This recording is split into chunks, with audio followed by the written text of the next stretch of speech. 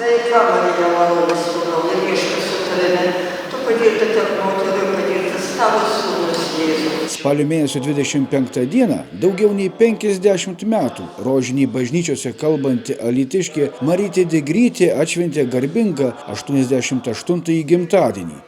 Ta proga Alytaus Švento Liudviko bažnyčioje klebonas Marius Talutis šventų mišių metu ją įteikė gėlių ir nuoširdžiai palinkėjo sveikatos, stiprybės bei to paties begalinio tikėjimo Dievu. Vėliau turėjau gražią progą ir pats prisijungti, drauge su Maryte kalbėti rožinį, pajusti, kaip jos ramus balsas ir šviesi dvasia užlieja visus aplink. Vėliau jau Angelės namuose turėjau džiaugsmą ją pačią pakalbinti, pasidžiaugti bendrystę ir šilumą, kurią jie dosniai dalina kiekvienam sutiktam. Ir galiu pasakyti, tai moteris su ypatinga šviesa širdyje. Marytė, kuris save su šypsena vadina davatka, ne tik giliai tiki Dievu, bet ir moka paprastai, nuoširdžiai džiaugtis gyvenimu. O to įrodymas, jos kvietimas paragauti ne tik arbatos, bet ir žolynų trauktinės. Aš jums turiu dovanų iš šiandienos bažnyčios vaizdų. Aš jums padariau nuotrauką. Ačiū. Va, kokia dovana. Prašau. Nu jau labai ačiū. Kur jūs gimėt augot? Ariaugaloje. Kasgi jūs nuvedė į tą tikėjimo kelią? Mano tėveliai, mamytė ir tėvelis labai buvo religingi ir mane motino, pirmą šventą komuniją priėmiau Ariaugaloje ir visas maldas ir rožančių ten kalbėdavau ir labai buvo visi patenkinti kunigai ir žmonės. Reiškia, turėjot gerą atmintį ir gražų balsą? Turėjau gerą atmintį nuo pat jaunystės. Iki kiek metų Ariaugaloje gyvenote? Iki 32 metų. Paskui iš Ariaugalos išėjau. Buvo melioracija, tėvus ištėlė iš Ariaugalos kaimo, tėvukus išvežė pas seserį į Kauną, o aš išvažiavau į Alytų. Jaunystę atidavėte iš karto bažnyčiai, reiškia, neištekėjote? Ne. Turėjau bernų, turėjau visautio, bet aš... Reiškia, geriausias bernas bažnyčia buvo? Geriausias bernas buvo bažnyčia, taip. Į bažnyčią eidavau, rožančių kalbėdavau, melsdavausi, už kunigus melsdavausi, už parapiją. Atvykote į Alytų. Kur dirbote ir į kokią bažnyčią pirmiausia tada ėjote? Pirmiausia, tarnavau pas tokį žmogų Kunevičių. Tenais melžiau karves, viską tvarkiausi, dar neturėjau valdiškų darbų. Tai tada sakiau, grįšiu į Kauną. Paskui į bažnyčią užėjau. Klebonas Angelų sargų bažnyčių sako, aš neturiu gaspadiniai padėjėjų, sako, teik į bažnyčią. Tai aš atėjau į bažnyčią rožančių kalbėti, kalbėjau rožančių bažnyčių ir paskui pabuvau ir bažnyčią valiau. Angelų sargų bažnyčią valiau gal kokius 2 metus. Paskui sako, eik kur į valdišką darbą, paskui išėjau į valdišką darbą, į darželį ten dirbau virtuvėje. Išdirbau gal kokią 20 metų ir išėjau į pensiją. Tai rožinio tas kalbėjimas, kokiose bažnyčiose kalbėjote ir kalbate? Angelų sargų bažnyčių kalbėjau 35 metus, tik vieną dieną vakarais rožinį. O paskui perėjau į pirmą Alytų, Liudviko bažnyčią, jau ten gal kokie 10-15 metų jau kalbu Liudviko bažnyčių į rožinį. Tai ką jums duoda toks amatas, tokias sritis, tokias išprusimas? Man patinka, aš meldžiuosi, man patinka ir aš, kaip meldžiuosi, man sveikata gerėja. Ir va tiek metų sulaukėt? Tiek aš tai ir tiek metų sulaukiau gal. Rožančių kalbų už kitos, reiškia, už sielas, už skaistyklų, už nusidėjėlius, už netitinčius, už ligonius, už blaivybę, už tie, kurie neina į bažnyčią. Tai ir mačina tiem, kur neina į bažnyčią. Bet kitą kartą eina, kitą kartą paklauso ir eina į bažnyčią, paklauso manęs. Pažįsta jūs daugelis? Daugelis pažįsta. Daugelis pažįsta, daug prie mane eina, kad aš už juos pasimelščiau. Tikiu į Dievą Tėvą visagalį, dangaus ir žemės sukūrėją, ir Jėzų Kristų, vienatinį jo sūnų mūsų viešpatį, kuris prasidėjo iš šventosios dvasios, gimė iš mergelės Marijos. Kiekvienoje parapijoje, žinot, yra tokių žmonių, kurie yra tikrai atsidavę visiškai Dievui, kurie priklauso, galima pasakyti, jau dangui šitam pasaulyje, kuriems neįdomus šitie žemiški reikalai, žemiški visokie rūpesčiai, nutolę jie yra nuo visokių intrigų, nuo tuštybių, nuo kokių tenai susiskaldimų ir daugiausia, reiškia, jiems įdomu, jiems rūpi Dievas, malda ir sielojasi dėl kiekvieno žmogaus, dėl jo rūpesčio. Ir tą žmogų paremia malda, jinai tikrai daug žmonių yra atmeldusi. Tai tokie žmonės, jie yra kaip angelai. Ir žinot, pavyzdžiui, daugelį dvasingumo tradicijų mes turim, pavyzdžiui, kaip atsiskyrėliai, kaip yra vienuoliai, kurie gyvena, jau atsiskyrė nuo pasaulio. Tai Marytė irgi galima pasakyti yra kaip atsiskyrusi, jinai kad ir pasaulyje gyvena, bet jinai jau tam pasauliui nebepriklauso. Dėl ko žmonės eina iš proto ir dėl ko ten žmonės kovoja, dėl ko žmonės žudo ar naikina net kartais vienas kitą ir naktimis nemiega, šitie dalykai jau jai yra praeitis, jai daugiau yra dvasia, dvasiniai dalykai, maldos dalykai, bažnyčia, mišios kasdieninės, rožančiaus kalbėjimas. Ir kas man dar labai gražu, kad ta rožančių kalba su tam tikra aistra. Yra tokia, žinai, kad tiesiog jaučiasi, kad tas rožančius jisai dega joje, kad tokios ateina iš degančios širdies. Ne tai, kad jau aš iš karto nuobodu melstis, aš pavargęs, dar čia melstis, ne. Kažkokios tai turi šventos dvasios dovaną maldingumui, šventos dvasios dovaną charizmą užtarimui kitiems, šventos dvasios dovana išminties dvasia, gal ir pranašavimo dvasia, o gal ir gydymo dvasia. Dažniausiai tokie žmonės tikrai būna Dievo dvasios apdovanoti ir jie labai daug ką tikrai užtaria ir padeda kitiems žmonėms, bet ne kokiais nors raganavimais ar burtininkavimais, bet tiesiog tyra širdimi ir maldingumu. Kiek laiko trunka tas rožinio kalbėjimas? Kokį 15-20 minučių, jeigu be skaitimo, be nieko, tai 15-20 minučių rožančios dalį sukalbė.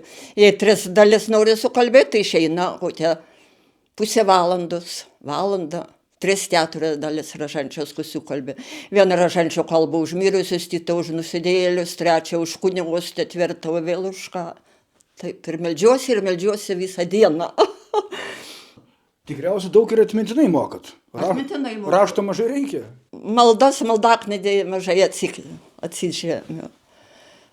Į maldaknedė. Maldaknedė paskaitau maldas, viską tenais, litanijas atskaitau. Marijos litaniją atmintinai moku. Marijos atmintinai litaniją kalba. Tai dar šiandien klebonas sako, Ale, kaip tu išmokai atmintinai litaniją, sako, taip kalbėti. Sakau, pat mažens kalbėjau ir išmokau. Ir kalbą. Ir rožančių litanį. Kokių žmonių sutinkate? Visokių. Ir gerų, ir blogų, ir tėtė myli, tėtė netėtė, tėtė juokėsi iš mane, tai davatka, tai šiautė, tai nautė. O iš tikrųjų kokie esate? Gal aš esu davatka. Gal ir esu davatka, kada einu kasdienį bažnyčią. Tai nežinau. Rožančių tai labai uoliai ateina kiekvieną gražią dienelę, jei nėra nei ligos, nei blogo oro, nei tamsos, nei šviesos, jinai visada suranda laiko ir ateina pasimelsti. Kokių atsitikimų esate turėjusi? Užprašymų gal keistesnių? Nejaučiau dar neturėjau. Nejaučiau atsitikimų, nieko. Prašo rožančių kalbėti, vatytą kartą užmirusius liepia, moteris prašo rožančių sukalbėti, tai sukalbu užmirusius rožančių, ateina, sukalbu rožančių ir padėkoja ir išeina. Kokiu laiku kalbate rožančių? Vakare 6 valandą, 5:30 visada, tik vieną vakarą. Šiandien Lūsirgų bažnyčių kalbėdavo, dabar Liudviko bažnyčių kalbu kasdien. Kaip į kitų bažnyčių nukeliavote? Pieškom, autobusu? Yra autobusu. Nu, tie mikriukai yra, mikriukais nuvažiuoju į pirmą Alytų. Aš kaip prie Žuvinto gyvenu, tai reiškia tenais netoli autobusui tie sustoja. Tai mane nuveža į pirmą Alytų ir parveža. O jūs nebrangiai vežioja? 15 centų.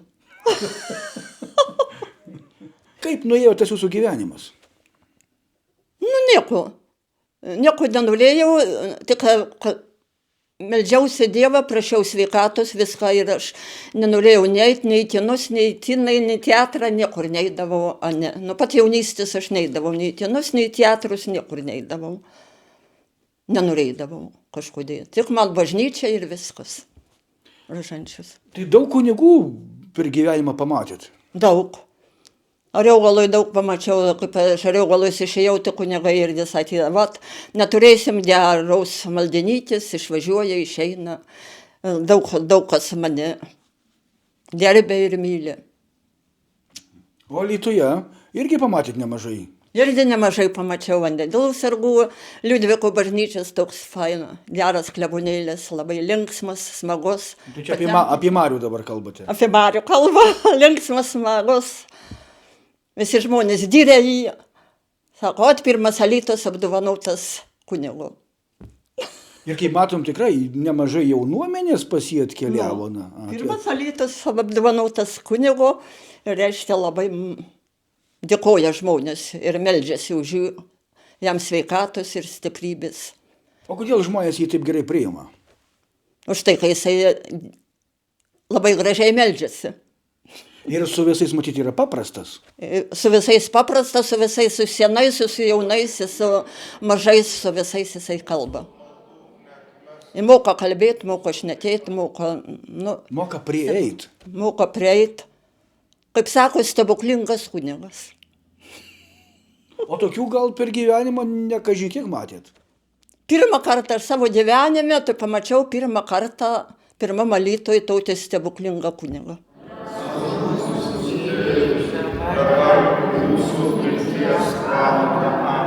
Garbė Dievui, Tėvui ir Sūnui ir Šventajai Dvasiai. Kaip buvo pradžioje, dabar ir visados ir per amžius. Amen. Ko palinkėtumėt žmonėm? Nu ir savo būtent Rožančiaus klausytojam. Sveikatos.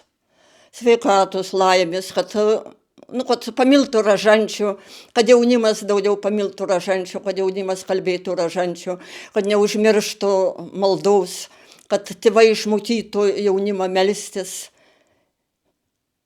kad tėvai žinotų, kaip vaikus reikia paruošti pirmai komunijai. Ar sunku vaikus paruošti? Labai sunku. Sunku paruošti. Vieni galima paruošti greitai, kiti sprečinasi, nenori. Mes netikime, nejautų Dievo nėra, nieko viskas, tokių yra. Nu, jį kaip vedlys, taip, kaip mokytoja ateina, jį užveda visada. Tokia reikalinga štai bažnyčiai. Reikalinga, labai reikalinga. Šiandienos Lietuva ir visi žmonės tiki, netiki Dievu. Kokia ateitis, kaip manot? Man atrodo, kad ateitis bus bloga. Gal pagerės, Dieve duok, meldžiamės, gal ateitis pagerės, bet nežinau. Man atrodo, kad... Ritame žemyn. Ritame žemyn ir bus visai žemai. Nes į bažnyčią tikrai einančių, taip kaip kadaise, tikrai yra netiek daug. Taip, į bažnyčią dabar labai mažai eina kas, bet labai daug kas eina. Eina žmonių, negali sakyti, kad ne. Bet jaunimas, kur priima pirmą šventą komuniją, kur visi susituokia, neina į bažnyčią. Pirmą komuniją priima ir vaikų nėra. O kas kalti? Tėvai kalti. Tėvai nemotina vaikus. Tai jie patys nesniai tokie vaikai buvo? Tai jie patys neėjo į bažnyčią ir vaikus neveda į bažnyčią ir neina į bažnyčią. Ir matot, kiek bažnyčių be kunigų dabar yra? Taip, daug bažnyčių be kunigų, už tai, kad nėra kam eiti į bažnyčią ir nėra kunigų. Ir ateitis reiškia blogėja. Kaip jūs galvojate, ar pasekėjų rožančiaus kalbėtojų bus po jūsų? Nu, man atrodo, jei tėvai šeima vaikus išmokys, tai reiškia bus, o jei neišmokys, nebus. Kunigai viską patys. Ir patarnaus, ir atliks, ir patarnaus, ir giedos už vargonininką, ir dar rožančiaus, ar tik nereikės Taip, kalbėti? rožančiaus reikės kalbėti. Taip gali būti. Čia viskas priklauso nuo tėvų, nuo šeimos. Jei šeima vaikus užaudys gerai, išmokęs rožančių kalbėti. Aš dabar, pavyzdžiui, meldžiuosi, kad kurie pirmą komuniją ruošiasi vaikai, kad tėvai juos išmokytų rožančių kalbėti, kad jie mokėtų, ką kalbėti. Mes senyviai išmirsim, o jaunų nebus ir nebus kam rožančių kalbėti. Baisi bėda. Bus baisi bėda. Ačiū tau, Dieve, Tėve, ačiū tau, Dievo Sūnau, ačiū tau, šventoji dvasia, mums visiems suteiktas dovanas. Ačiū tau, Dieve, Tėve, ačiū tau, Dievo Sūnau, ačiū tau, šventoji dvasia, už mums visiems suteiktas dovanas. Ačiū tau, Dieve, Tėve, ačiū tau, Dievo Sūnau, ačiū tau, šventoji dvasia, už mums visiems suteiktas dovanas. Vardan Dievo Tėvo ir Sūnaus ir Šventosios dvasios. Amen.